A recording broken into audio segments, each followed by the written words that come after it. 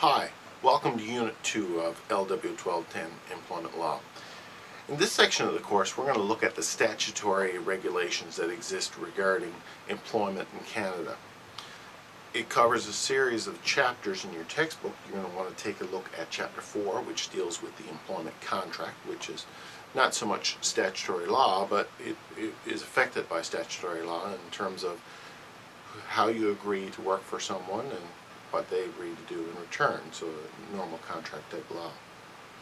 We're going to look at Chapter 5. Chapter 5 deals with human rights in relation to the employment relationship and how human rights legislation will affect decisions and policies that companies must follow in the hiring and the advancement of people in the workplace. We're going to look at Chapter 6, and Chapter 6 looks at provincial employment standards. I've particularly tailored this to the Newfoundland employment standards relative to other provinces or relative to the federal legislation.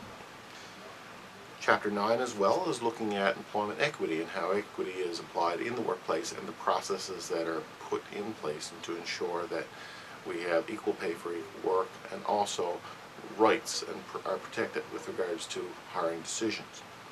Finally, we're going to take a look at chapters 14 and 15. 14 and 15 deal with the termination of the employment contract through either at the end of the contract through natural means or by some form of dismissal where the contract is ended with some degree of cause, meaning that we have a reason to end it and the possible legitimate causes to end a contract. And finally, we're looking at this issue of without cause. So we end the contract, but we don't have any reason. What are our obligations as an employer and an employee at that stage? Anyway, let's move into it.